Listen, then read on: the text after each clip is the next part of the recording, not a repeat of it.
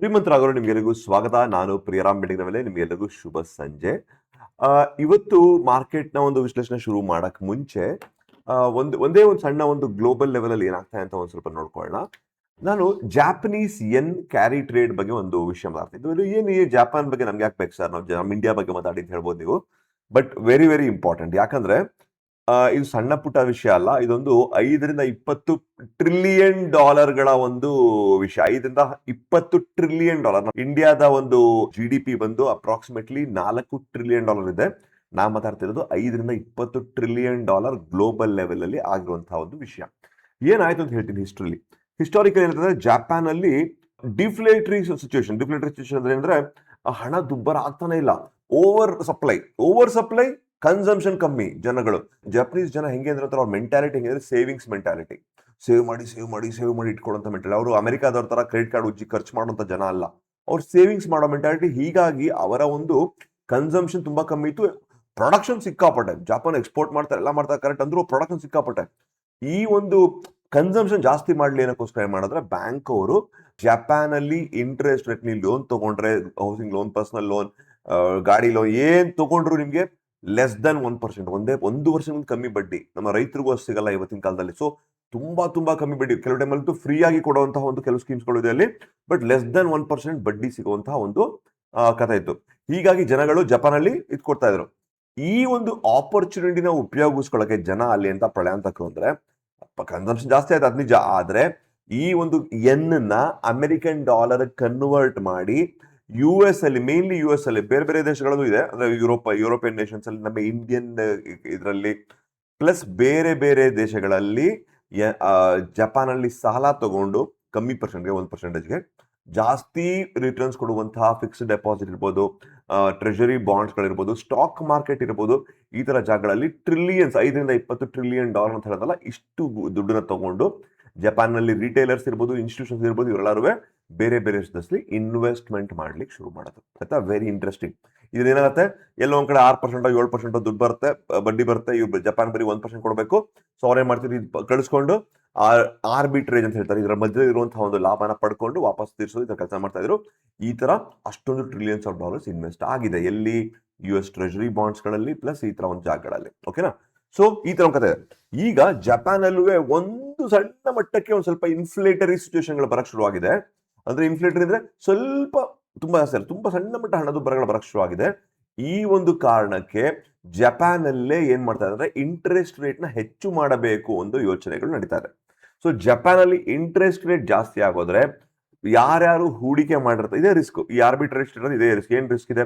ಅಕಸ್ಮಾತ್ ಎನ್ ನ ಒಂದು ಮೌಲ್ಯದಲ್ಲಿ ಏನು ವ್ಯತ್ಯಾಸ ಆಗೋದ್ರೆ, ಎನ್ ಕಾಸ್ಟ್ಲಿ ಆಗೋದ್ರೆ, ಸೊ ಅಲ್ಲಿ ಇನ್ವೆಸ್ಟ್ ಮಾಡಿರೋದು ವಾಪಸ್ ತಗೊಂಡ್ಬಂದ್ರು ಎನ್ ಕಾಸ್ಟ್ಲಿ ಇದ್ರೆ ನಿಮ್ಗೆ ಏನ್ ಲಾಭ ಬಂದಾಗಾಯ್ತು. ಅದಕ್ಕೆ ಎನ್ ಅಕಸ್ಮಾತ್ ಕಾಸ್ಟ್ಲಿ ಆಗೋದ್ರೆ, ಅಥವಾ ಜಪಾನ್ ಅಲ್ಲಿ ಇಂಟ್ರೆಸ್ಟ್ ರೇಟ್ ನ ಜಾಸ್ತಿ ಮಾಡ್ಬಿಟ್ರೆ ಇವರೆಲ್ಲರೂ ದೊಡ್ಡ ಒಂದು ಲಾಸ್ಗೆ ಹೋಗ್ಬಿಟ್ಟು ಟ್ರಿಲಿಯನ್ಸ್ ಆಫ್ ಡಾಲರ್ಸ್ ಅಲ್ವಾ.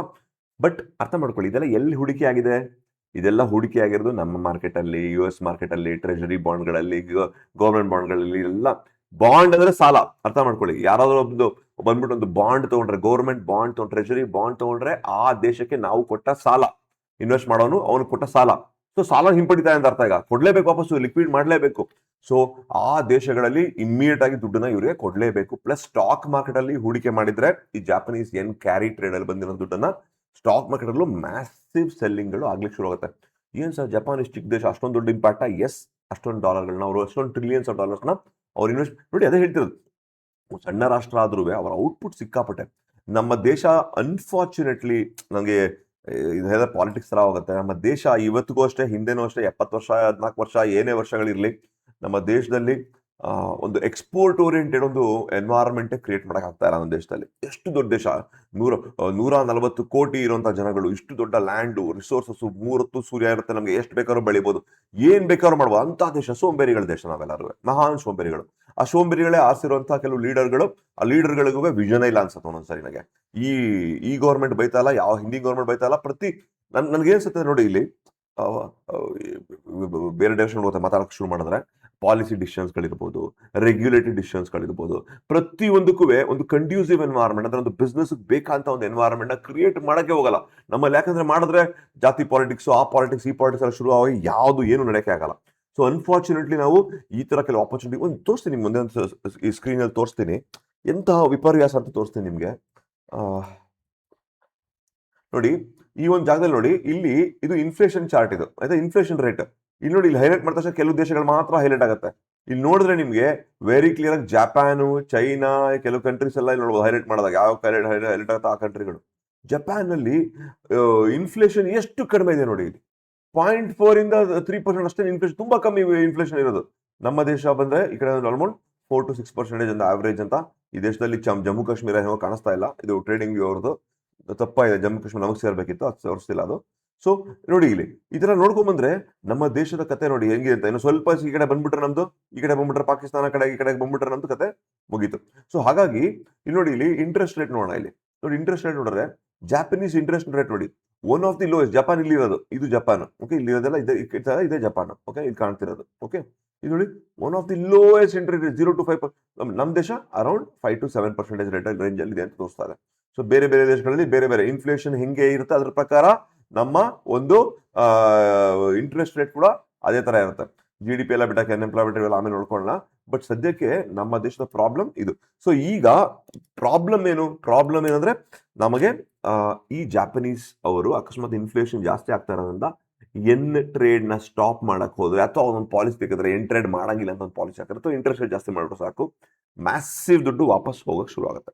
ಇದರಿಂದ USD JPY ಟ್ರೇಡ್ಗಳು ಅಂದ್ರೆ ಜಪಾನೀಸ್ ಸ್ಟ್ರಾಂಗ್ ಆಗ್ತಾ ಹೋಗುತ್ತೆ, $ಡಾಲರ್ ವೀಕ್ ಆಗೋ ಚಾನ್ಸ್ ಇರುತ್ತೆ. ಆಗ್ತಾ ಇದೆ ಆಕ್ಚುಲಿ, ಆ ಒಂದು ಪಾಯಿಂಟ್ ಅಲ್ಲಿ ಆಗ್ತಾ ಇದೆ. ಸೊ ಜಪನೀಸ್ ಎನ್ ಮತ್ತೆ ಅದು ಒಂದು ಪ್ರಾಬಲ್ಯಕ್ಕೆ ಬರುವಂತಹ ಒಂದು ಸಾಧ್ಯತೆಗಳಿದೆ. ಇದು ಪ್ರಾಬಲ್ಯತೆ ಬಂತು ಅಂದ್ರೆ ಅರ್ಥ ನಮ್ಮ ಸ್ಟಾಕ್ ಮಾರ್ಕೆಟ್ ಆಗಲಿ, US ಸ್ಟಾಕ್ ಮಾರ್ಕೆಟ್ ಆಗಲಿ ಏನ್ ಟ್ರಿಲಿಯನ್ಸ್ ಆಫ್ ಡಾಲರ್ ಹೋಗ್ತಾ ಇದೆ ಅದರಲ್ಲಿ ಒಂದು ಕರೆಕ್ಷನ್ ಆಗ್ತದೆ. ಇದು ಒಂದೇ ಅಂತಲ್ಲ ನೋಡಿ, ಇದೆಲ್ಲ ಟ್ರಿಗರಿಂಗ್ ಪಾಯಿಂಟ್ಗಳು. ಸರ್ ಒಂದು ಜಪಾನ್ ಅವ್ರು ಒಬ್ರು ಹೋಗ್ಬಿಟ್ರೆ ನಮ್ದು ಏನು ಬಿದೋಗುತ್ತಾ ಸರ್ ಎಲ್ಲಾನು ಅಂತ ಕೇಳ್ಕೊಬೇಡಿ. ನೋಡಿ ಇದೆಲ್ಲಾನು ಏನಾಗ್ತಂದ್ರೆ, ಎಷ್ಟೊಂದು ಜಾಗದಲ್ಲಿ ಜಪಾನ್ ಅವ್ರು ತಗೊಂಡ್ರೆ ಯಾವುದೋ ಒಂದು ಸಪೋರ್ಟ್ ರೇಷನ್ಸ್ ಬಿಟ್ ಆಗುತ್ತೆ. ಅರ್ಥ ಮಾಡ್ಕೊಳ್ಳಿ, ಸಪೋರ್ಟ್ ರೇಷನ್ ಬಿಟ್ಟ ತಕ್ಷಣ ಎಷ್ಟೊಂದು ಜನ ಪ್ಯಾನಿಕ್ ಆಗ್ತಾರೆ, ಮ್ಯಾಸಿವ್ ಸೇಲ್ ಆಗುತ್ತೆ. ಪಬ್ಲಿಕ್ ಪಾರ್ಟಿಸಿಪೇಷನ್ ಹೇಳ್ತಾರಲ್ಲ ಅದು. ಸೊ ಒಬ್ರು ಟ್ರಿಗರ್ ಮಾಡಕ್ಕೆ ಒಬ್ರು ಬೇಕು ಮ್ಯಾಸಿವ್ ಸ್ಕೇಲ್ ಅಲ್ಲಿ. ಒಂದ್ಸರಿ ಟ್ರಿಗರ್ ಆದ್ರೆ ಪಬ್ಲಿಕ್ ಪಾರ್ಟಿಸಿಪೇಷನ್ ಡುಮ್ ಅಂತ ಬಿಡೋ ಚಾನ್ಸ್ ಇರುತ್ತೆ.